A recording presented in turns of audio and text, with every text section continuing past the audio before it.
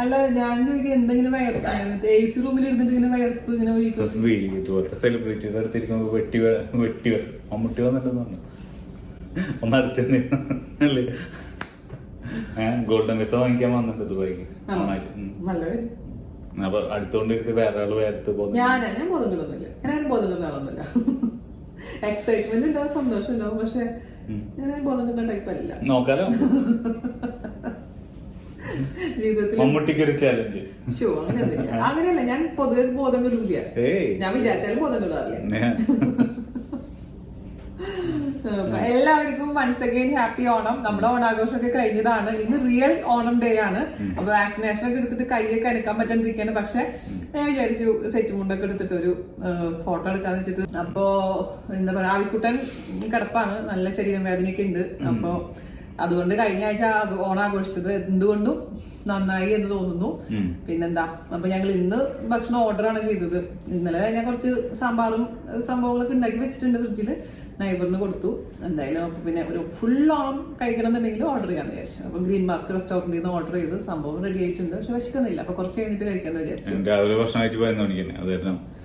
അല്ലെങ്കിലും ഓണസദ്യ നമ്മുടെ 4-5 മണിക്ക്. അല്ലല്ല, ഓണസദ്യ എന്റെ വീട്ടിലൊക്കെ 12 എന്നുള്ള സമയം ഉണ്ടെങ്കിൽ കഴിക്കും. കഴിഞ്ഞ ആഴ്ച 4-5 മണിക്കല്ലേ കഴിച്ചു. അങ്ങനെ 4 സ്ത്രീകൾ കഴിച്ചു, 5 മണിക്ക് എന്തായാലും നന്നായിരുന്നു. പിന്നെ അത്രയല്ലേ ഉള്ളൂ.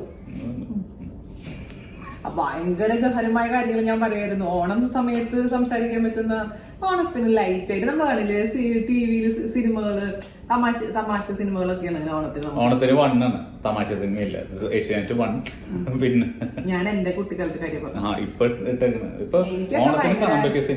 എനിക്ക് രാംജി ഹോം ഞാൻ കണ്ടല്ലോ, നല്ലതാണ്. ഹോം ഞാൻ റെക്കമെൻഡ് ചെയ്യുന്ന ഒരു സിനിമയാണ് കേട്ടോ. ഞാൻ ഇൻസ്റ്റാഗ്രാമിൽ പോസ്റ്റ് ചെയ്തിട്ടുണ്ടായിരുന്നു, ഒരു സ്റ്റോറി ഷെയർ ചെയ്തിട്ടുണ്ടായിരുന്നു. അപ്പൊ അത് കണ്ടിട്ട് ഒരുപാട് പേര് കണ്ടു.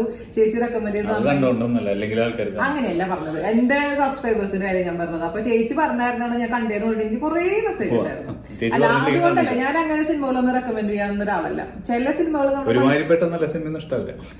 ചില സിനിമകൾ നമ്മൾ മനസ്സിനോട് ചേർന്ന് നിൽക്കും. ഇപ്പൊ ജാൻ ചേട്ടന്റെയും എന്റെ സിനിമകളിലുള്ള അഭിരുചി കംപ്ലീറ്റ്ലി ഡിഫറെന്റ് ആണ്. ചേട്ടനെ കുറച്ചൊരു ഡാർക്ക് അല്ലെങ്കിൽ ഭയങ്കര അഗ്രസീവായ സിനിമകളും ജാൻ ചേട്ടന് ഇഷ്ടം. അപ്പൊ അല്ല, അഗ്രസീവായുള്ള സിനിമകളും പക്ഷെ മേ ബി അതിൻ്റെ ഉള്ളിൽ എനിക്കറിയില്ല. എനിക്കെന്ന് പറഞ്ഞു കഴിഞ്ഞാൽ തമാശയും കുറച്ച് അങ്ങനെയൊക്കെ ലൈറ്റ് ആയിട്ടുള്ള നമ്മുടെ ഫാമിലി മൂവി എന്നുള്ള രീതിയിലുള്ള സിനിമകളാണ് എനിക്കിഷ്ടം. അപ്പൊ ഞങ്ങൾ തമ്മിൽ സ്ഥിരം അടിയാണ്. ചില സിനിമകൾ കണ്ടു കഴിഞ്ഞാൽ അങ്ങനെ എനിക്ക് ഇഷ്ടമായില്ല എന്നൊക്കെ പറഞ്ഞിട്ട് ഇന്നലെ അത് പറഞ്ഞിട്ടല്ല അടി.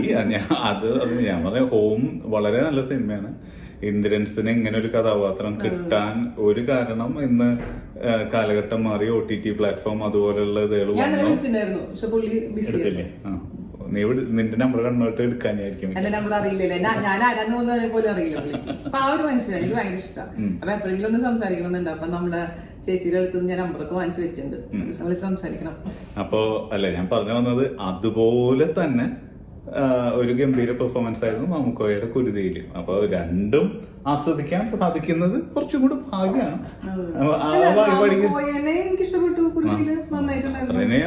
ആ പെർഫോമൻസ് കാണാൻ വേണ്ടി മാത്രം എല്ലാ സിനിമയും അല്ല, അത് ഞാൻ പറഞ്ഞത് മാമുക്കോയുടെ ഇൻഡിവിജ്വൽ ആ ക്യാരക്ടറും മാമുക്കോയെ നമ്മൾ എക്സ്പെക്ട് ചെയ്യാത്തതിനേക്കാൾ കൂടുതൽ കിട്ടിയപ്പോൾ ഭയങ്കര നമ്മൾ സർപ്രൈസിങ് ആയിരുന്നു. പക്ഷെ മൂവി എനിക്ക് ഇഷ്ടമായില്ല എന്ന് ഞാൻ പറഞ്ഞത്. അതായത് ഞാൻ പറയാം, ഓരോരുത്തർക്കും അവരുടേതായ ഫ്രീഡം ഉണ്ടാവുമല്ലോ. അപ്പൊ എന്റെ ഒരു രീതി, എനിക്ക് ഇഷ്ടപ്പെടുന്ന ടൈപ്പ് മൂവി എന്ന് പറഞ്ഞാൽ ഹോം പോലുള്ള മൂവിയാണ്, അത്രേ ഉള്ളൂ. അപ്പൊ എല്ലാരും കാണാൻ മറക്കരുത് കേട്ടോ. നമ്മള് പ്രൊമോഷനൊന്നുമല്ല, പക്ഷെ നല്ല സിനിമകൾ കണ്ടു കഴിഞ്ഞാൽ ഞാൻ പറയും.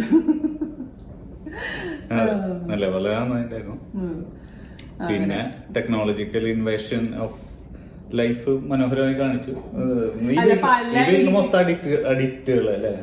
ഞാൻ അത് ജനിച്ചത് അഡിക്റ്റ് ആയി ചെവിയിലാസാനിരിക്കണോക്കെ അതില്ലാത്ത ഏതെങ്കിലും സമയം ഒരുപാട് കണക്ട് ചെയ്യാൻ പറ്റിയ സിനിമ കണ്ടപ്പോ. കാരണം ഇപ്പൊ എന്റെ അച്ഛനാണെങ്കിലും ജാൻചേട്ടന്റെ അച്ഛനാണെങ്കിലും പല കാര്യങ്ങളും പഠിക്കാൻ കുറച്ച് ബുദ്ധിമുട്ടാണ്. അതേസമയം ഈ കുട്ടികളൊക്കെ ജനിച്ചു വരുന്നത് നമ്മൾ പറയില്ല ഐപാഡിലായിട്ടാണ്. അവർക്കൊന്നും പറയാണ്ട് തന്നെ അവർ ഓട്ടോമാറ്റിക്കലായിട്ട് എന്താ പറയാ അത് കണ്ടുപിടിച്ചിരിക്കും. അവര് ഈസിയാണ്. അപ്പൊ അച്ഛന് ഓരോ കാര്യങ്ങൾ ചെയ്യാൻ കഷ്ടപ്പെടുന്നതും അതേപോലെ തന്നെ ഈവൻ പിന്നെ മാത്രമല്ല ഈ പാരന്റ്സിന് ഉള്ള ഒരു കോംപ്ലക്സ്. ചില സമയത്ത് കുട്ടികൾ പറയാം എന്റെ അമ്മ ഇംഗ്ലീഷ് പറയുന്നത് ശരിയായില്ല, അല്ലെങ്കിൽ ഒരു പ്രൊനൗൺസിയേഷൻ ശരിയായില്ല എന്നൊക്കെ പറയുമ്പോൾ നമുക്കെന്തൊരു വിഷമം, അവർക്ക് നമ്മൾ പരിചയപ്പെടുത്താൻ ഒരു വിഷമം. അന്ന് പണ്ട് പറഞ്ഞിരുന്നു അമ്മ പറയുന്ന പ്രൊനൗൺസിയേഷൻ ശരിയില്ല, കാരണം അവര് സ്കൂളിൽ പോണത് ഇംഗ്ലീഷ് മീഡിയം സ്കൂളിലായി, നമ്മളൊക്കെ മലയാളം മീഡിയത്തിൽ പഠിച്ച ആൾക്കാർ. അപ്പം നമ്മൾ പഠിച്ച ചില വാക്കുകൾ നമ്മൾ യൂസ് ടു ആവുമ്പോൾ പിന്നെ എത്ര ശ്രമിച്ചു കഴിഞ്ഞാലും ആ ശരിയായ പ്രൊനൗൺസിയേഷൻ അല്ല എന്ന് അറിഞ്ഞാൽ പോലും നമുക്കത് വരില്ല. അപ്പോ ഈവൻ എനിക്ക് തോന്നുന്ന ഒരു കാര്യമാണ്. അപ്പൊ ചില കുട്ടികൾ ഭയങ്കരമായിട്ട് അതന്നെ എനിക്ക് തോന്നിയിട്ടുള്ള പ്രൊനൗൺസിയേഷൻ നല്ല ഡിക്ഷനിൽ നല്ല പ്രൊനൗൺസിയേഷൻ സംസാരിച്ച് കേൾക്കാൻ ഒരു രസമുണ്ട്, അതില്ല എന്ന് പറയുന്നില്ല. പക്ഷെ ഒരു മൾട്ടിനാഷണൽ കമ്പനിയിൽ ഒന്നിലധികം മൾട്ടിനാഷണൽ കമ്പനിയിൽ വർക്ക് ചെയ്തിട്ടുള്ള പരിചയമുള്ള ഒരാളാണ് ഞാൻ. അപ്പോ ഒരു ഫ്രഞ്ചുകാരൻ ഇംഗ്ലീഷ് പറയുന്നതും ഒരു നെതർലാൻഡ്സുകാരൻ ഇംഗ്ലീഷ് പറയുന്നതും ജർമ്മൻകാരൻ ഇംഗ്ലീഷ് പറയുന്നതും റഷ്യൻ ഇംഗ്ലീഷ് പറയുന്നതും ഒക്കെ തമ്മിൽ ഭയങ്കര വ്യത്യാസമുണ്ട്. ഈ ഡിക്ഷൻ നന്നായിട്ട് അല്ലെങ്കിൽ പ്രൊനൗൺസിയേഷൻ നന്നായിട്ട് ഒരു കാര്യമില്ല. അവർക്കൊക്കെ മനസ്സിലാവുന്ന രീതിയിൽ നമുക്ക് കാര്യങ്ങൾ അവതരിപ്പിക്കാൻ പറ്റുന്നുണ്ടോ, അവർ പറയുന്നത് ഏത് ഡിക്ഷനിൽ പറഞ്ഞാലും നമുക്ക് മനസ്സിലാക്കാൻ പറ്റുന്നുണ്ടോ, അതാണ് കാര്യം. അല്ലാതെ ബ്രിട്ടീഷുകാർ ഭരിച്ചിരുന്ന രാജ്യമായതുകൊണ്ട് ബ്രിട്ടീഷുകാർ പറയുന്ന രീതിയിൽ പ്രൊനൗൺസിയേഷൻ ചെയ്താൽ ഇംഗ്ലീഷ് ആവുന്നില്ല. ആശയവിനിമയമാണ് കാര്യം അല്ലെ? അല്ല എനിക്ക് എപ്പോഴും തോന്നിയില്ല, മനസ്സിലായില്ലേ? അല്ല എനിക്ക് എപ്പോഴും തോന്നിയില്ല. ഞാൻ പുറത്തൊക്കെ പോകുമ്പോ ഇപ്പൊ ഇറ്റലിയിലോ അല്ലെങ്കിൽ പുറത്തേക്ക് പോകുമ്പോ ഇംഗ്ലീഷ് പറയാൻ എനിക്ക് ഒരു മടിയില്ല. അതായത് അവരുടെ ഇംഗ്ലീഷും പറഞ്ഞാൽ എനിക്ക് മനസ്സിലാവില്ല. അതായത് അവരുടെ പ്രൊനൗൺസിയേഷൻ വളരെ വ്യത്യാസമുണ്ട്. ഒരു ഇറ്റാലിയൻ പറയുന്ന പല വേർഡ്സ് പോലും അവര് ഓരോ രാജ്യക്കാരും ഉപയോഗിക്കുന്നത് വളരെ വ്യത്യാസം. പക്ഷെ എനിക്ക് കോൺഫിഡൻസ് ഉണ്ട് അവിടെ പോയൊക്കെ സംസാരിക്കുന്നത്. ഒരു കളി അത് അവര് നല്ല രീതിയിൽ എടുത്ത് അവര് പറയുന്നത് നമ്മള്. പക്ഷെ ചില ആൾക്കാരോട് നമ്മൾ സംസാരിക്കുമ്പോഴല്ലോ അവരൊരു കാര്യം നമ്മുടെ പുച്ഛത്തോടു കൂടി നമ്മള് പറഞ്ഞ ശരിയല്ലല്ലോ, ഇങ്ങനെയല്ലല്ലോ പറയാന്നൊക്കെ പറഞ്ഞ അവരുടെ ഫേസിൽ നമുക്ക് വായിച്ചില്ല. അവർക്ക് കറക്റ്റ് ചെയ്യാൻ ഒരു ഇത് കിട്ടുമ്പോ അവര് ഇത് ഉപയോഗിക്കണേ. അതേസമയം മറ്റൊരാളെ കറക്റ്റ് ചെയ്യാനല്ലോ ആശയവിനിമയം. ആശയവിനിമയം എന്ന് പറഞ്ഞാൽ നമ്മൾ രണ്ടാളും കൂടെ ഒരു സംവാദത്തിൽ ഏർപ്പെടുന്നു. Then with prepared to come out as a different person with changed. അപ്പൊ അത് കൂടുതൽ ആൾക്കാർക്കും തിരുത്താനാണല്ലോ ഇഷ്ടം. അവർ പറഞ്ഞ ശരിയായില്ല. നമ്മളിപ്പോ വളരെ വലിയ കാര്യം മീൻസ് നല്ല കാര്യങ്ങൾ പറയുന്ന ഒരു വീഡിയോ ആണെങ്കിലും ഒരു ചെറിയ നമ്മളെ ഭാഗത്തു നിന്നുള്ള വെള്ളി വീണാലോ അല്ലെങ്കിൽ നമ്മളെ അന്ന് ശ്രദ്ധിക്കപ്പെടാത്ത ചില കാര്യങ്ങളാണ് അത് ഇങ്ങനെ ഹൈലൈറ്റ് ചെയ്ത് കാണിക്കാൻ. അപ്പൊ ഞാൻ വയ്ക്കും ഈ വീഡിയോയില് ഇതിനേക്കാളേറെ ഇത്ര നല്ല കാര്യങ്ങൾ പറഞ്ഞു അതിനെ പറ്റി പറയാൻ പലർക്കും മനസ്സില്ല. അപ്പൊ എനിക്ക് തോന്നിയില്ല അതാണ്. അപ്പൊ നല്ലതിനെ നല്ലതായിട്ട് പറയാൻ. അപ്പൊ ഞാൻ ചിലപ്പോ ഫേസ്ബുക്കിൽ ചില ഫോട്ടോ ഇടുമ്പോഴൊക്കെ പറയും അതിനെ എങ്ങനെങ്കിലും അതിന് എന്തെങ്കിലും നെഗറ്റിവിറ്റി കണ്ടുപിടിച്ച് കമന്റ് ഇടാനാണ് ആൾക്കാർക്ക്. എല്ലാവരും അല്ലേ ചേട്ടാ പറയുന്നത്, തിടുക്കം കാണിക്കുന്ന ആൾക്കാർ. അപ്പൊ ഞാൻ ഇന്നലെ ഒരു കമന്റ് ചേട്ടാ ഒരു ഹാപ്പി ഓണം പറഞ്ഞു, ഒരു നല്ല ദിവസമല്ലേ എന്ന് പറയുമ്പോൾ ഒരു ലൈറ്റ് ആയിട്ട് എടുത്താൽ മതി നമ്മൾ ചില കാര്യങ്ങളൊക്കെ. അപ്പൊ ബഹുജനം പലവിധമാണ്. അപ്പൊ എനിക്കും കമന്റ് അടിച്ച് ചേച്ചി അവരോടൊന്നും റിപ്ലൈ കൊടുത്തിട്ട് കാര്യമില്ല എന്ന് പറയും. അപ്പൊ ഞാൻ സാധാരണ രീതിയിൽ റിപ്ലൈ കൊടുക്കാറില്ല കേട്ടോ. പക്ഷെ ചില സമയത്ത് നമ്മളെ മൂഡ് അനുസരിച്ച് അപ്പോ അങ്ങനെയാണ്. അപ്പൊ ചേട്ടൻ പറയും അതൊക്കെ ഒന്ന് റിയാക്ട് ചെയ്യാൻ നിൽക്കണ, റിയാക്ട് ചെയ്യാൻ നിൽക്കണേ നമുക്ക് അതിനുള്ള നേരെ കാണത്തുള്ളൂ.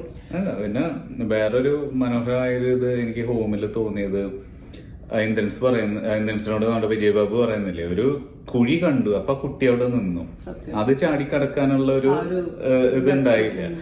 ജീവിതത്തിൽ വളരെ സ്ട്രോങ് ആണെന്ന് തോന്നുന്ന പലരും, ഇപ്പൊ ഇന്നേ വരെ കുലുങ്ങിയിട്ടില്ലാത്ത പലരും എപ്പോഴെങ്കിലും ഒക്കെ ജീവിതത്തിന്റെ ഭാഗത്ത് വെച്ചിട്ട് അതുപോലെ ഒരു കുഴി വരും. ആ കുഴി വരുമ്പോ അത് ക്രോസ് ചെയ്യണോ വേണ്ടയോ എന്ന് നമ്മള് തീരുമാനിക്കുന്നത് പലപ്പോഴും ഒരുപാട് ഘടകങ്ങള് കണക്കുകൂട്ടിയിട്ടാവും. അപ്പൊ ചിലപ്പോ ഒറ്റയ്ക്ക് ചാടിക്കിടക്കാൻ ബുദ്ധിമുട്ടുണ്ടാവില്ല, പക്ഷെ കൂടെ ഉള്ളവർ കൂടുതൽ ബുദ്ധിമുട്ടും എന്നുള്ളത് വെച്ചിട്ട് ചാടിക്കിടക്കാതിരിക്കുന്നവരുണ്ടാവും. അല്ലെങ്കിൽ ആ മനസ്സിലാകുന്നില്ല ഇതുവരെ ഉണ്ടാക്കിയെടുത്തത് മുഴുവൻ മാറ്റിയിട്ട് ഒന്നേന്ന് തുടങ്ങണം എന്നുള്ള രീതിയിൽ. അല്ലെങ്കിൽ ചിലപ്പോ കൂടെ ഉള്ളവർക്ക് ചാടിക്കടക്കാൻ വഴിയായിട്ട് അവിടെ തന്നെ നിന്ന് പോകുന്നവരുണ്ടാവും. അപ്പൊ ഇതിലെ ആ കഥാപാത്രം അനിയൻ ചതിച്ചിട്ട് പോയി അങ്ങനെ എന്താ ഒരു വളരെ ഇതായിട്ട് പറയുന്നുള്ളൂ. പക്ഷെ ആരോ അനിയനോ കൂടെ. അപ്പൊ അല്ല ചില ഇതുകൾ എന്ന് പറഞ്ഞാല് നമ്മുടെ തീരുമാനങ്ങള് എപ്പോഴും ശരിയാവണമെന്നില്ല. ആ തിരിഞ്ഞു നോക്കുമ്പോ നമ്മള് പല വിജയകരമായി നല്ല തീരുമാനങ്ങൾ ആയിരുന്നു തിരിഞ്ഞു നോക്കുമ്പോൾ തോന്നുന്ന കാര്യങ്ങൾ പലതും നമ്മൾ ആ തീരുമാനം എടുക്കുമ്പോ നമുക്ക് മുഴുവൻ കാര്യങ്ങൾ അറിയുന്നില്ല. അത് എന്തോ ഭാഗ്യം കൊണ്ട് തീരുമാനം കറക്റ്റായി. ഇന്നും നമ്മൾ ഓരോ തീരുമാനം എടുക്കുമ്പോഴും ഓരോ ഓണം കഴിയുമ്പോഴും നമുക്ക് പ്രായമാവണം, നമ്മുടെ കാഴ്ചപ്പാടുകൾ മാറണം, നമുക്ക് കൂടുതൽ കാഴ്ചകൾ കൊണ്ട് നമ്മുടെ ജീവിതം സമ്പന്നമാണ് അല്ലെ. നമുക്ക് ഓരോ കാര്യങ്ങളും മറ്റേത് ഒരു കസേര കാണുമ്പോൾ വെറും ഒരു കസേരയായിട്ട്, ഇന്ന് ഒരു 50 വയസ്സായതിനു ശേഷം ഒരു കസേര കാണുമ്പോൾ ഒരുപാട് കസേരകളുടെ ഓർമ്മ, അതിൽ ഇരുന്നിരുന്ന ആളുകളുടെ ഓർമ്മ, അതൊക്കെ കൊണ്ട് സമ്പന്നമാണ്. അപ്പൊ അത് ഒരു വലിയ ഘടകമാണ്. ഇപ്പൊ ഹോമില് മുഴുവൻ പറയുന്നില്ലെങ്കിലും ആ ടെക്നോളജിക്കൽ ഇൻവേഷനിൽ സംസാരിക്കാൻ സമയമില്ലാതിരിക്കുന്നു, ഈ ഡിവൈസ് മാറ്റി വെച്ചിട്ട് അന്യോന്യം മിണ്ടാൻ സമയമില്ലാതിരിക്കുന്നു. അതിലൂടെ ഇപ്പൊ ഈ സിനിമ കണ്ടപ്പോൾ ഇത്രയൊക്കെ സാധനങ്ങൾ ഉണ്ടെന്ന് പഠിപ്പിക്കാൻ നോക്കണ ഇൻസ്റ്റഗ്രാം മറ്റത് അത് ഇങ്ങനെയൊക്കെ ഉണ്ടല്ലോ. അപ്പോ ഇത് മുഴുവൻ നമ്മൾ ഫോളോ ചെയ്യേണ്ട ആവശ്യമില്ലല്ലോ, നമുക്ക് ആവശ്യമുള്ളത് തിരഞ്ഞെടുത്താൽ മതി. പലപ്പോഴും ആ നോട്ടിഫിക്കേഷൻ എന്തെങ്കിലും ഒരു കാര്യമായ കാര്യം ചെയ്യാതിരിക്കുമ്പോഴാണ് ഒരു നോട്ടിഫിക്കേഷൻ വന്നിട്ട് നമ്മുടെ ശ്രദ്ധ മാറിപ്പോകുന്നത്. അപ്പൊ നമ്മുടെ സാങ്ച്വറി ആയിട്ടുള്ള ചില മൊമെന്റ്സ് ഉണ്ട്, 1 മണിക്കൂറോ 1/2 മണിക്കൂറോ എത്രയാണെന്ന് വെച്ചാലും അൺഡിസ്റ്റർബ്ഡ് ആയിട്ട് നമുക്ക് കിട്ടേണ്ടുന്ന നമ്മുടെ ഏറ്റവും പ്രൊഡക്റ്റീവ് ആയിട്ടുള്ള സമയമുള്ള ആ മൊമെന്റ്സിൽ ഈ ടെക്നോളജി മാറ്റി നിർത്തുന്ന ഒരു കാര്യത്തിൽ എനിക്ക് നന്നായിട്ട് തോന്നിയിട്ടുണ്ട്. ഇപ്പൊ പലരും അത് യൂസ് ചെയ്യുന്ന പല രീതിയിലാണ്. ഇപ്പൊ ആത്തുവിന്റെ കാര്യം ഞാൻ ആലോചിക്കാണ്ട്, അവൻ ഒരു കാര്യം ഇതില് ഒരു അഡിക്റ്റ് എന്നുള്ള രീതി പറയാതെ, പക്ഷെ ഒരു കാര്യത്തിൽ പുള്ളി ഇൻവോൾവ് ആയി അതിലാണ്. ഇപ്പൊ ഒരു പുസ്തകം കേൾക്കുകയാണെങ്കിൽ അത് കേട്ടുകൊണ്ടേയിരിക്കണം. It's not flipping from one to another and accomplishing nothing.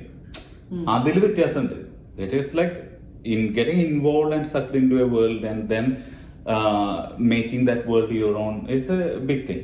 അത് ഒരു 15 വയസ്സിനുള്ളിൽ 1000-ൽ പരം പുസ്തകങ്ങൾ വായിച്ചു തീർക്കാൻ അവന് അത് കൊണ്ട് സാധിക്കുന്നുണ്ടെങ്കിൽ then probably it is good അല്ലെ. നമുക്കറിയില്ല, പലതും നമ്മൾ എടുക്കുന്ന തീരുമാനങ്ങൾ ഈ ടെക്നോളജിക്കൽ ഇൻവേഷന്റെ പേരിലാണെങ്കിൽ നമ്മൾ എടുക്കുന്ന തീരുമാനങ്ങൾ ശരിയാണോ തെറ്റാണോ നമുക്കറിയില്ല. പക്ഷെ നമുക്ക് എന്തെങ്കിലും ഒന്ന് ചെയ്തിട്ടല്ലേ മുന്നോട്ട് പോകാൻ പറ്റുള്ളൂ.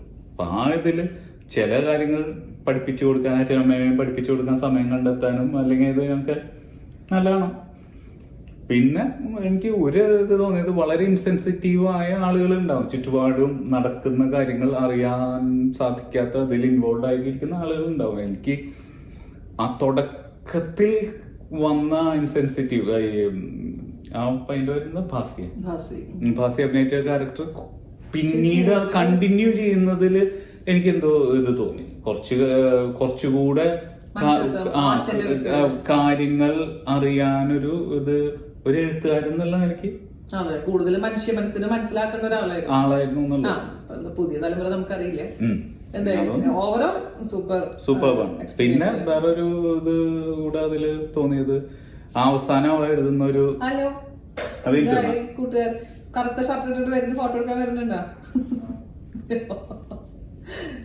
കഞ്ഞി കുടിക്കാം, അമ്മ കഞ്ഞി ഉണ്ടാക്കി വെച്ചിട്ടുണ്ട്. കഞ്ഞി എന്തെങ്കിലും കഴിക്കി കുട്ടി, അങ്ങനത്തെ വല്ല മരുന്നെടുത്ത് കഴിക്കും. പിന്നെ അവസാനം imperfect me, home is the place I would love to be the imperfect me എന്ന് പറഞ്ഞിട്ടാണ് സിനിമ അവസാനിക്കുന്നത്. വളരെ സത്യമുള്ള ഒരു കാര്യമാണ്. അല്ല, അതില് ഇപ്പൊ ഞാൻ പിന്നീട് ഈ ഇതിനെ കുറിച്ചൊക്കെ ടെക്നോളജിനെയും യൂട്യൂബിനെയും ആൾക്കാർ വീട്ടിലെ കാര്യങ്ങൾ കാണിക്കുന്നതും ഇതൊക്കെ കാണുമ്പോ ഒരു ഘടകം വരുമ്പോ ഒരു യൂട്യൂബർ എന്നുള്ള നിലയിൽ കവിഞ്ഞ് വേറൊരു എക്സിസ്റ്റൻഷ്യൽ റെലവൻസ് നമുക്ക് ഉണ്ടാവേണ്ടത് ആവശ്യമാണ് അല്ലെ. ഞാനൊരു യൂട്യൂബർ എന്ന് അറിയപ്പെടാൻ ഞാൻ ആഗ്രഹിക്കുന്നില്ല, സത്യം പറയാണ്. അല്ല, അതെന്ന് പറഞ്ഞാൽ YouTube is a medium for you to communicate നിന്റെ പാഷനോ നിന്റെ ഇതോ അത് ഒരു പ്ലാറ്റ്ഫോം കിട്ടിയതിൽ you need to be grateful. അല്ല, ഞാൻ പറഞ്ഞത് ആ ഇംപെർഫെക്റ്റ് മീ ആവുന്ന സ്ഥലമാണ് ഹോം എന്ന് പറയുന്നത്. ആ ഇംപെർഫെക്റ്റ് മീ ഒരുപാട് ആളുകൾക്ക് കമ്മ്യൂണിക്കേറ്റ് ചെയ്യപ്പെടുമ്പോ അവർക്കെല്ലാം ഐഡന്റിഫൈ ചെയ്യാൻ പറ്റുന്ന ഒരു മീ ആയി മാറുന്നത്. എനിക്ക് ഞാൻ പറഞ്ഞിട്ടില്ലേ, എന്റെ സെക്കൻഡ് ഹോം ആണെന്നാണ് ഞാൻ എപ്പോഴും പറയാറുള്ളത് യൂട്യൂബ്. അല്ലാതെ യൂട്യൂബ് എന്ന് പറഞ്ഞത് വേറൊരു ഇതായിട്ട് ഞാൻ, അപ്പൊ അതുകൊണ്ടാണ് ഞാൻ എപ്പോഴും പറയാറ് അത് വൃത്തിയുമായിട്ട് അടക്കം ചിട്ടയായിട്ട് സൂക്ഷിക്കാൻ ഞാൻ ആഗ്രഹിക്കുന്നത്. അതുകൊണ്ടാണ് ഞാൻ നെഗറ്റീവ് കമന്റ്സിനെ കളയുന്നതും അല്ലെങ്കിൽ വേറെ ആൾക്കാരെ പറ്റി വേറെ ചാനലിനെ പറ്റി അത് കമന്റ് ഇടുമ്പോൾ ഞാൻ ഡിലീറ്റ് ചെയ്ത് കളയുന്നത്. കാരണം അതിനൊരു ആവശ്യമില്ല നമുക്ക്. അപ്പൊ അവിടെ എപ്പോഴും നമ്മൾ ആരാണ്, ഇപ്പൊ ജാൻ ചേട്ടൻ ആരാണ് അല്ലെങ്കിൽ ഞാൻ ആരാണ്, ഇവിടെ എങ്ങനെയാണ്, അതുപോലെ തന്നെയാണ് നമ്മൾ ചാനലിലും കാണിക്കുന്നത്. അല്ലാണ്ട് അതിലൊരു മുഖം ഇതിലൊരു മുഖമല്ല. അപ്പോ പലപ്പോഴും പിന്നെ ഒരു കാലഘട്ടത്തിൽ നമ്മൾ മാറി വരുന്നതിനനുസരിച്ച് പഴയ വീഡിയോ കണ്ടാൽ കാണുന്ന ആൾക്കാരെ അതിപ്പം ഞാൻ പറഞ്ഞില്ലേ, ഇപ്പൊ നമ്മുടെ എന്തിനെ ഉദാഹരണം പറയണേ, ഇപ്പൊ എന്റെ അച്ഛൻ അല്ലെങ്കിൽ ജാന്റെ അച്ഛൻ, ഇപ്പൊ നമ്മൾ കല്യാണം കഴിച്ച സമയത്ത് കാണുന്ന അച്ഛനല്ലേ ഇപ്പൊ ഒരുപാട് മാറി. അല്ലെങ്കിൽ എന്റെ അച്ഛനാണെങ്കിലും ഞാൻ കുട്ടിയായിരുന്ന സമയത്ത് എന്നോട് ഭയങ്കര സ്ട്രിക്റ്റ് ആയിരിക്കുന്നതും അല്ലെങ്കിൽ അങ്ങനത്തെ ഒരു അച്ഛൻ. പക്ഷെ പേരമക്കൾ വരുമ്പോ പേരക്കുട്ടികൾ വരുമ്പോ അവരുടെ അടുത്ത് അലിഞ്ഞു പോകുന്ന അച്ഛന്മാരാണ്. ഇപ്പൊ 2 പേരൻസ് ആണെങ്കിൽ അച്ഛന്മാരാണെങ്കിൽ. അപ്പൊ മാറ്റങ്ങൾ മനുഷ്യനാണ് നമ്മുടെ കാലഘട്ടത്തിൽ അല്ലെങ്കിൽ കാലങ്ങൾ കൂടുന്തോറും നമ്മളെ ഏജ് കൂടുന്തോറും നമ്മൾ ചിന്തിക്കുന്നതും അല്ലെങ്കിൽ കാഴ്ചപ്പാടുകളൊക്കെ മാറും. അപ്പൊ 5 വർഷം മുമ്പ് കണ്ട വീഡിയോ പോലത്തെ വീണ ചേച്ചി ജാൻ ചേട്ടനല്ല ഇപ്പോ, തീർച്ചയായിട്ടും. അതല്ല ഞാൻ പറയുന്നത്, അഭിനയിക്കേണ്ട ഒരു ആവശ്യം എനിക്ക് ഫീൽ ചെയ്തിട്ടില്ല. ഞാനും ജാനാണെങ്കിലും ഉള്ളത് ഓപ്പണായി പറയുന്നത്. അല്ല, അപ്പൊ അതില് വരുന്നൊരു ഘടകം എന്ന് പറഞ്ഞാൽ ഈ മീഡിയത്തിലൂടെ ആ ഇംപെർഫെക്റ്റ് ആയിട്ടുള്ള നമ്മുടെ അഭിനയത്തിന്റെ ഇതുകളിൽ വരാത്ത നമ്മള് ആളുകൾ കാണുകയും അതുപോലെ ആളുകൾ ഐഡന്റിഫൈ ചെയ്യുകയും ചെയ്യുന്ന ഒരു കുടുംബമായി നമ്മൾ മാറുന്നു. അപ്പോൾ ഒരുപാട് പേർക്ക് ഐഡന്റിഫയബിൾ ആയ ഒരു കപ്പിളായി മാറുന്നു, ഒരു കുടുംബമായി മാറുന്നു. അപ്പൊ അതുപോലെ തന്നെ ഒരുപാട് പേർക്ക് ഒട്ടും അംഗീകരിക്കാനാവാത്ത ഒട്ടും ആൻഡ് അത് ഒരു ജീവിത യാഥാർത്ഥ്യമാണ്. ലോകത്തെ എല്ലാവരെയും നമുക്ക് അപ്പൊ വൈവിധ്യമുള്ള ആളുകൾ ഉണ്ടാവേണ്ടതാണ്. ഞാൻ വീണയുടെ ചാനൽ ഫോളോ ചെയ്തിരുന്നത് പെർഫെക്റ്റ് ആയിട്ടുള്ള ഡീറ്റെയിൽ ആയ റെസിപ്പീസിന് വേണ്ടിയിട്ടായിരുന്നു. പക്ഷെ ഇപ്പൊ നിങ്ങളെ ചാനൽ എന്താണ് കാണിച്ചു കൂട്ടുന്നത് എന്നാണ് ആ ലേഡി മേ ബി. അപ്പോ ഞാൻ പറയുന്നത് ആ ചേച്ചി ആ മാഡം ശ്രദ്ധിക്കേണ്ട ഒരു കാര്യം വെച്ചാൽ, ഞാൻ യൂട്യൂബ് ചാനൽ തുടങ്ങുന്ന സമയത്ത് ആഴ്ചയിൽ ഒരു വീഡിയോ അല്ലെങ്കിൽ ആഴ്ചയിൽ മാക്സിമം 2 വീഡിയോ ആണ് ഞാൻ ഇട്ടിരുന്നത്, അതായത് എന്റെ റെസിപ്പീസ്. പക്ഷെ ഇന്ന് ഇപ്പൊ ഓണത്തിന്റെ സമയത്ത് ചിലപ്പോൾ കുറച്ച് കുറഞ്ഞിട്ടുണ്ടാവും, അല്ലെങ്കിൽ ഞാൻ എത്ര സുഖമില്ലെങ്കിലും ആഴ്ചയിൽ 3 റെസിപ്പീസ് നിങ്ങൾക്ക് വേണ്ടി ഞാൻ കൊണ്ടുവരുന്നുണ്ട്. അത് കഴിഞ്ഞിട്ടാണ് നമ്മുടെ ഒരു ഫാമിലി വ്ളോഗ് വരുന്നത്. അപ്പൊ നിങ്ങൾക്ക് റെസിപ്പീസ് മാത്രമാണ് താല്പര്യം എന്നുണ്ടെങ്കിൽ അത് കൂടുതൽ നമ്പർ കൂടിയിട്ടേ ഉള്ളൂ ഇപ്പോഴും. അപ്പൊ വേണം ഇപ്പൊ എല്ലാ വീഡിയോസും എല്ലാവരും നമുക്ക് കാണാൻ, എനിക്കിപ്പോ ഞാൻ ഇഷ്ടപ്പെടുന്ന പല യൂട്യൂബേഴ്സിന്റെ ആണെങ്കിൽ എല്ലാ വീഡിയോസും നമുക്ക് കാണാൻ പറ്റുന്നില്ല. അത്രയും യൂട്യൂബ് ചാനൽ ഇപ്പൊ ഉണ്ട്, ആരെ കുറ്റം പറയാൻ പറ്റില്ല. ഇപ്പൊ ചിലർ പറയും ചാനലിൽ വ്യൂ കുറഞ്ഞിട്ടുണ്ട്. തീർച്ചയായിട്ടും വ്യൂ കുറഞ്ഞിട്ടുണ്ട്. കാരണം ഞാൻ തുടങ്ങുന്ന സമയത്ത് മലയാളത്തിൽ തന്നെ വളരെ ചുരുക്കം ചാനൽസ് ഉണ്ടായിരുന്നുള്ളൂ. അപ്പൊ കാഴ്ചക്കാർ കുറവായിരുന്നു. എന്നാൽ പോലും ചാനൽസ് ഇപ്പൊ ഒരു വീട്ടില് 4-5 ചാനലുണ്ട്. അപ്പൊ തന്നെ പ്രൊഡക്ഷൻ കൂടും, ജനങ്ങളുടെ നമ്പർ കൂടിയിട്ടില്ല എന്നല്ല. എന്നാൽ പോലും അപ്പൊ ഡിവൈഡ് ചെയ്ത് പോവാണ്. സ്കൂൾ അടച്ചു, ഓൺലൈൻ വിദ്യാഭ്യാസം വന്നു. എനിക്ക് പാരന്റ്സ് സ്ത്രീകൾ മെസ്സേജ് അയക്കുന്ന വീണയുടെ ചാനൽ കാണണമെന്ന് ആഗ്രഹമുണ്ടെങ്കിൽ എനിക്ക് കാണാൻ പറ്റുന്നില്ല. കാരണം ഇപ്പൊ പാവപ്പെട്ട വീടുകളിലെ കുട്ടികൾക്ക് എല്ലാവരുടെ കയ്യിൽ സ്വന്തമായിട്ട് മൊബൈൽ ഇല്ല. അച്ഛന്മാര് മൊബൈൽ കൊടുക്കണില്ല, അച്ഛന്മാരുടെ കയ്യിൽ തന്നെ. പക്ഷെ അമ്മമാരാണ് അവിടെ ബലിയാടാക്കി കൊടുക്കുന്നത്. അവരുടെ കുറച്ച് കിട്ടുന്ന സമയം പോലും അവർക്ക് ഇപ്പൊ ഇത് യൂട്യൂബൊന്നും കാണാൻ പറ്റുന്നില്ല. അവരും അവരുടെ മൊബൈല് അവരുടെ പേഴ്സണൽ ആവശ്യങ്ങൾക്ക് പോലും ഉപയോഗിക്കാൻ പറ്റുന്ന കുട്ടികൾക്ക് കൊടുക്കണം. കാരണം അവർക്ക് പറ്റുന്നില്ല വേറെ മൊബൈൽ വാങ്ങിച്ചു കൊടുക്കാൻ. അപ്പൊ അവര് പറഞ്ഞ വീണയുടെ ചാനൽ കണ്ടിട്ട് കുറെ നാളുകളായി. ഇപ്പൊ കഴിഞ്ഞ ദിവസം കൂടെ ഒരു ലേഡി മെസ്സേജ് ചെയ്ത് ഹാപ്പി ഓണം, എന്താ നടക്കണമെന്ന് എനിക്കറിയില്ല, നിങ്ങൾ ഓണം ബ്ലോഗ് ഇട്ടിട്ടുണ്ടാവും എന്ന് ഞാൻ വിചാരിക്കുന്നു എന്നൊക്കെ പറഞ്ഞിട്ട്. അപ്പൊ അതുപോലെ ഉണ്ട്. അപ്പൊ അമ്മമാര് എന്റെ ചാനൽ കാണുന്ന അമ്മമാർക്കൊന്നും കാണാൻ പറ്റുന്നില്ല, കുട്ടികളെ അതില് അത് നമുക്ക് വിരോധമൊന്നുമില്ല. അപ്പൊ ഞാൻ പറയുന്നത് അതെ. അപ്പൊ ഞാൻ പറഞ്ഞു വന്നത് ആ ഇംപെർഫെക്ഷൻസ് ഉള്ള കുടുംബങ്ങള് പരസ്പരം അറിയുകയും ഇഷ്ടപ്പെടുകയും ചെയ്യാനുള്ള ഒരു സാധ്യതയായി യൂട്യൂബ് ഇന്ന് നിലനിൽക്കുന്നു. നാളെ അത് മറ്റൊരു ഇതിനായി പരസ്പരം തെളിവിളിക്കാനായിട്ട് പലരും ഉപയോഗിക്കുന്നുണ്ട്. പക്ഷെ നമുക്ക് നല്ല രീതിയിൽ ഉപയോഗിക്കാനും ഉപയോഗിച്ച് കാണിച്ചു കൊടുക്കാനല്ലേ പറ്റുള്ളൂ. അപ്പൊ അങ്ങനെ രണ്ടുപേരും പെർഫെക്റ്റ് കപ്പിളൊന്നുമല്ല. അത് അങ്ങനെയല്ല. പിണക്കങ്ങളും എന്താ പറയാ ഇണക്കങ്ങളും ഒക്കെ ഉള്ള നോർമൽ ആയിട്ടുള്ള നിങ്ങളെ പോലുള്ള സാധാരണ ഒരു ഭാര്യയും ഭർത്താവാണ് ഞാൻ. അതെ, ഇന്ത്യൻസ് പറഞ്ഞ കുഴി എപ്പോഴും മുന്നിൽ കാണുന്ന ഒരു കുട്ടിയാണ്. അല്ല, അപ്പൊ അത് ഞാൻ പറയണേ, ഞങ്ങളെ പോലെ കണ്ടുപിടിക്കൂ, ഞങ്ങൾ പെർഫെക്റ്റ് എക്സാമ്പിൾ ആക്കുന്നൊന്നും ഞങ്ങൾ ഒരിക്കലും പറയുന്നില്ല. ഞങ്ങൾ എക്സാമ്പിൾ ആക്കാനേ പാടില്ല, അത്രേ പറയുന്നു. ഞങ്ങൾ ഒരു എക്സ്പെരിമെന്റേഷൻ ഈ എക്സ്പെരിമെന്റേഷൻ എങ്ങനെയും സംഭവിക്കാം. അല്ല, അപ്പൊ അത് ഞാൻ പറയാം, ജീവിതത്തില് ഇപ്പൊ ജാൻചേട്ടനെ കണ്ടുമുട്ടി ഞാനും വിചാരിച്ചിരുന്നില്ല ഇത്രയും സ്മൂത്ത് ആയിട്ട് ഈ ബന്ധം നിലനിന്ന് പോകുന്നത്. അതായത് ഞാൻ പറയായിരുന്നു, എനിക്കറിയാം വേസ്റ്റ് ആയിട്ടുള്ള ഒരു ജീവിതം കണ്ടിട്ടുള്ള ഒരാളാണ് ഞാൻ. അതായത് എന്റെ ആകെ പ്രതീക്ഷ. എന്നോട് എപ്പോഴും പറയുന്നത് അറിയാമോ, ഇത് വഴക്കിട്ടാ ചെറുപ്പം പണ്ട്, ഇപ്പോഴല്ല കേട്ടോ, 5 വർഷം ഞാൻ പറഞ്ഞില്ലേ ഒരു വഴക്കുള്ള സമയത്തൊക്കെ പുള്ളിക്ക് അറിയാം. കാരണം ഞാൻ എന്നെ എന്തോരം വഴക്കൊന്നല്ല, അല്ലെങ്കിൽ ഞാൻ എത്ര പ്രശ്നമാണ് ഞാൻ തിരിച്ചു വീട്ടിൽ വഴക്ക് ഞാൻ പറയണല്ലോ, അവൾ എന്നെ പറഞ്ഞിട്ട് അവളെന്നെ കാര്യം, അല്ലാണ്ട് ഞാൻ വഴക്കൊന്നും പറയാറ്. അത് അതിനേക്കാളും വലിയത് മിണ്ടൂല. അങ്ങനെ നമുക്ക് ഭ്രാന്ത്. ഒരാള് വഴക്കിട്ടിറങ്ങി ഒരാൾ തിരിച്ചു പറയുന്നത് നമുക്ക് പിന്നെയും കുറച്ച് 2 കൈ കൂട്ടിയാലേ ശബ്ദം ഉണ്ടാവും. എന്നെ അമ്മയച്ഛൻ പഠിപ്പിച്ചിട്ടുണ്ടായിരുന്നു. പക്ഷെ അവളും കൂട്ടിക്കൊണ്ടിരിക്കും.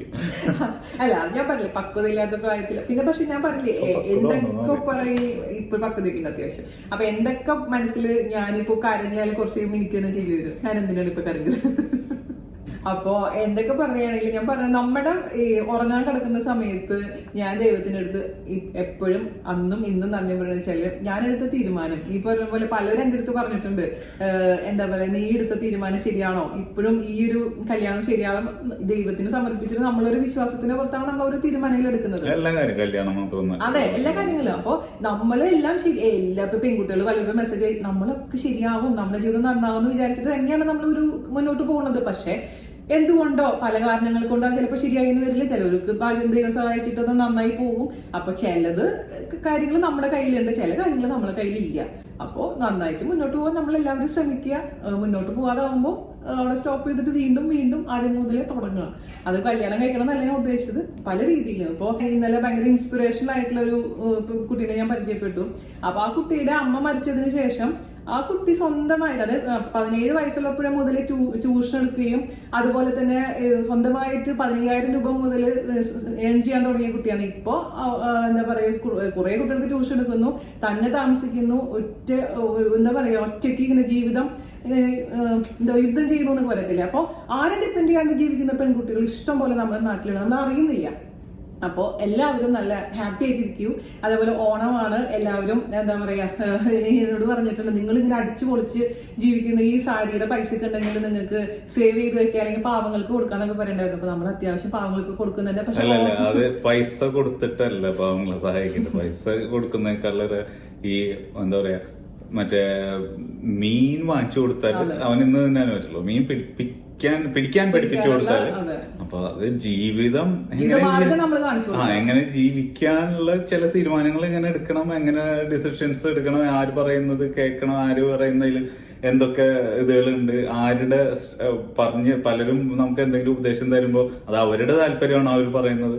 ഇതൊക്കെയാണ് നമ്മൾ പറയുന്നത്. ഇത് ജീവിത മാർഗങ്ങളാണ്, ജീവിത പാഠങ്ങളാണ്. അത് എടുക്കാതിരിക്കാം. അതിന് ഒരുപാട് പൈസക്കാളും വിലയുണ്ടെന്ന് എനിക്ക് തോന്നിയിട്ടില്ല. പിന്നെ നമുക്ക് മെസ്സേജ് വരുമ്പോൾ നമുക്കറിയാത്ത ഒരുപാട് പേര് മെസ്സേജ് അയക്കുന്നുണ്ട്. അപ്പൊ എല്ലാവർക്കും റെസ്പോണ്ട് ചെയ്യാൻ പറ്റിയെന്ന് വരുന്നില്ല. ഈ പൈസ സഹായിക്കാനൊക്കെ പറഞ്ഞിട്ട് എനിക്ക് സ്ഥിരമായിട്ട് മെസ്സേജ് വരുന്നതിന് ചില കുട്ടികൾക്ക് വയ്യാതിരിക്കുന്ന കുട്ടികളെ സഹായിക്കാൻ വീഡിയോ ഇടാനൊക്കെ പറഞ്ഞിട്ട് മെസ്സേജ് വരാറുണ്ട്. അപ്പോ ഓരോരുത്തർക്കും ഓരോ രീതികളുണ്ടല്ലോ. അതിനിഷ്ടം പോലെ യൂട്യൂബ് ചാനൽസ് ഉണ്ട്, ഗവൺമെന്റ് ഉണ്ട്, കാര്യങ്ങളൊക്കെ അവർക്ക് ഭംഗിയായി നടക്കുന്നുണ്ട്. എല്ലാവരും കൂടി വീഡിയോ ഇട്ടിട്ട് ഒരു കാര്യമില്ല. അപ്പൊ നമുക്ക് ചെയ്യാനുള്ള പിന്നെ ഇതിനൊരു ഫാറ്റീഗ് എന്ന് പറയും. ആൾക്കാർക്ക് തുടക്കത്തിൽ ആദ്യത്തെ ഒരു കുട്ടിക്ക് കൊടുക്കാൻ ഈ ഔത്സുക്യം ഉണ്ടാവുള്ളൂ.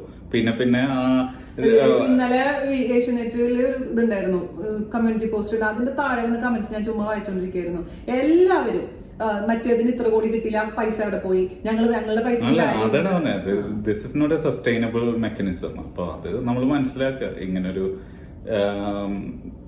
ഒരു ജീവന് വേണ്ടിയിട്ട് ഇത്രയധികം പൈസ മാറ്റി വെക്കുന്നതാണോ? ചില സ്റ്റാറ്റിസ്റ്റിക്കൽ ഡിസിഷൻസ്, നമ്മൾ കഠിനമായ ഡിസിഷൻസ് എടുക്കുന്നത് വളരെ വലിയ ബുദ്ധിമുട്ടുള്ളതാണ്. പക്ഷെ എടുത്തു പറ്റുള്ളൂ. അതിന് പകരം ഒരു ഹോസ്പിറ്റലോ മറ്റോ പണിതാല്, അല്ലെങ്കിൽ എല്ലാ ജീവനും വിലയുണ്ട്, ഇല്ലാണ്ടെന്നല്ല നമ്മൾ പറയുന്നത്. പക്ഷെ ഞാൻ പറയുന്നത് അതിനായ കറക്റ്റ് ആയിട്ടുള്ള ഒരു സൊല്യൂഷൻ നമ്മൾ കണ്ടുപിടിക്കണം. അല്ലാണ്ട് എല്ലാ പ്രാവശ്യം ഓരോ കുട്ടികൾക്കും കോടിക്കണക്കിന് രൂപ കൊടുക്കുന്നു പറയുമ്പോൾ ആൾക്കാർ ചെയ്യില്ല.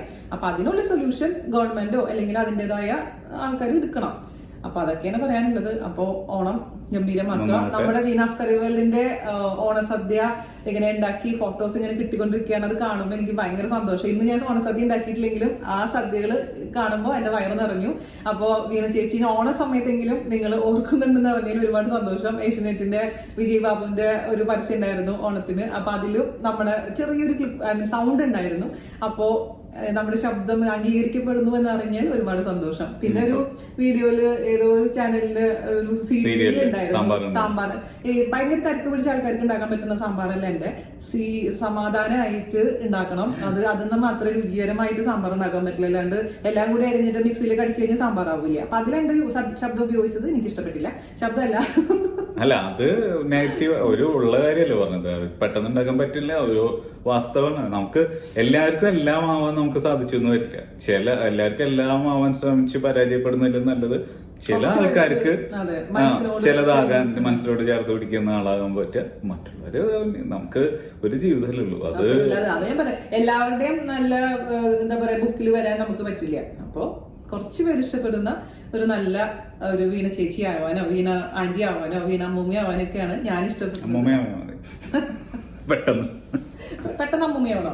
ഞാൻ കുറച്ച് മുടി ഇവിടെ അല്ലെങ്കിൽ ഇപ്പൊ എന്നെ കണ്ട അമ്മൂമ്മ ലുക്ക് ഉണ്ട് തോന്നുന്നു. ലുക്ക് ഉണ്ട് അല്ലെ? ഞാൻ പൂപ്പിന് ഓൾറെഡി ആയി. അങ്ങനെ ഒറ്റയ്ക്ക് അപ്പോ ഇംപെർഫെക്റ്റ് ഫാമിലിയിൽ നിന്ന് ഒരുപാട് ഇംപെർഫെക്റ്റ് ഫാമിലികൾക്ക് അതിനോട് എന്താ പറയാ ഒരു താതാത്മ്യം തോന്നുന്ന അതേ ചായ്വ് നിങ്ങൾക്കുണ്ടെന്ന് തോന്നുന്ന ഫാമിലികൾക്ക് അതെ, നമ്മളെ പോലുള്ള ഫാമിലികൾക്ക് എല്ലാവർക്കും. അല്ലാത്തൊരു ഹാപ്പി എല്ലാവർക്കും ഫ്രീ ആയിട്ട് കിട്ടുന്ന ഇഷ്ടമല്ലേ തിരിച്ചു തന്നില്ല. അതെ അതെ. കഴിഞ്ഞ 3 വർഷം മുമ്പ് ഞാൻ നാട്ടിൽ വെച്ചിട്ട് ഓണം വിഷ് ചെയ്തപ്പോ കുറെ പേര് നീ ആരാടി എന്നോട് ഓണം വിഷ് ചെയ്യും. ഞാൻ ഒരു ദൈവം എന്റെ ചാനലിൽ ഞാൻ ഓണം വിഷ് ചെയ്തിട്ട് എന്നെ തെറി പറയാ. അതെന്തിനാ എന്റെ ഫോണിൽ വരുത്തുന്നതാണ്? അവർക്ക് റെക്കമെൻഡേഷൻ വന്നാണ്, യൂട്യൂബ് വെച്ചിട്ട് നമ്മൾ അയച്ചു കൊടുത്തൊന്നല്ലേ.